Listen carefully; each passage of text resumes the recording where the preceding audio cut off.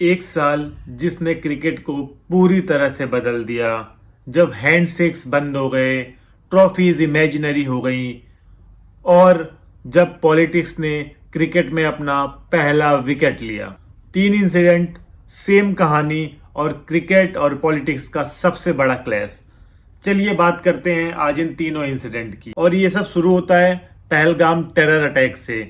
उसके बाद इंडिया और पाकिस्तान के रिलेशंस ब्रेकिंग पॉइंट पर थे। इंडिया ने ऑपरेशन सिंदूर लॉन्च किया और डोमेस्टिक टाइज को सस्पेंड कर दिया गया। लेकिन इसका इंपैक्ट सिर्फ यहीं तक नहीं रुका। इसके बाद आता है सितंबर 2025 में Asia cup.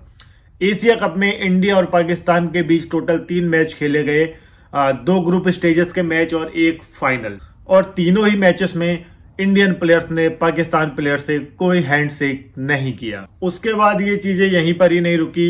Indian women's team जब अपना वर्ल्ड कप का मैच खेल रही थी पाकिस्तान के खिलाफ, तो वहां पर भी उन्होंने भी कोई हैंडशेक नहीं किया।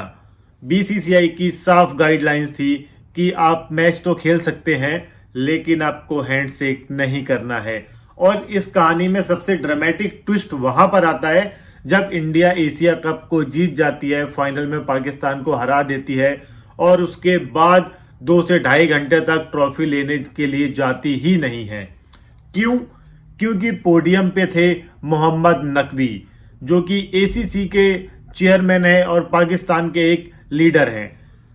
तो बीसीसीआई ने साफ मना कर दिया कि हम उनके हाथों से कोई भी ट्रॉफी नहीं लेंगे। और मोहम्मद नकवी की अगर हम बात करें, वो तो अलग ही बेशरम आदमी है भाई। उसने भी ट्रॉफी नहीं दी, वो ट्रॉफी लेके अपने साथ ही चले गए।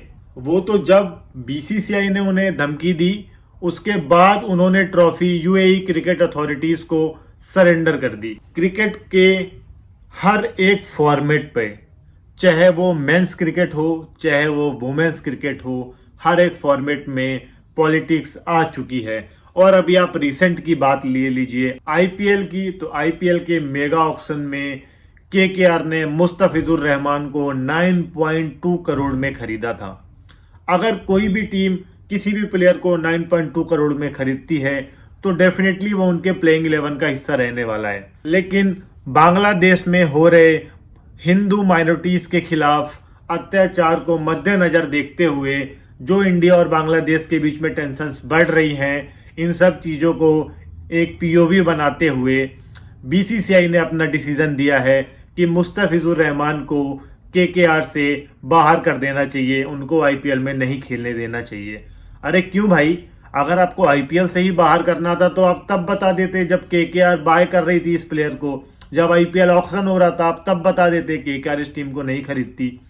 लेकिन अब इस चीज को बताया गया है, हालांकि ऑप्शन दिया है कि आप उनके रिप्लेसमेंट में कोई दूसरा प्लेयर ले सकते हैं। लेकिन इन तीनों इंसिडेंट को लेके मेरा पॉइंट ऑफ व्यू ये है कि क्रिकेट और पॉलिटिक्स दोनों को साथ में नहीं आना चाहिए। मैं मानता हूं कि जो भी टेंशन चल रही है, जो हमारी पाकिस्तान के साथ टेंशन चल रही है, जो हमारी बांग्लादेश के साथ टेंशन चल रही है, लेकिन अगर हम अपने सारे ही नेबर्स को आईपीएल खेलने से बैन कर देंगे तो ये भी एक सही डिसीजन नहीं है। क्रिकेट और पॉलिटिक्स दो अलग अलग चीजें हैं और इन दोनों को अलग अलग ही रहने देना चाहिए। आपका क्या पॉइंट ऑफ व्यू है? आपको क्या लगता है? अगर आप इससे सहमत हैं तो भी बताएं। अगर आपको लगता है कि नहीं, ऐसा नहीं होना चाहिए, जैसा अभी हो रहा है वैसे ही होना चाहिए, तो प्लीज कमेंट डाउन बिलो।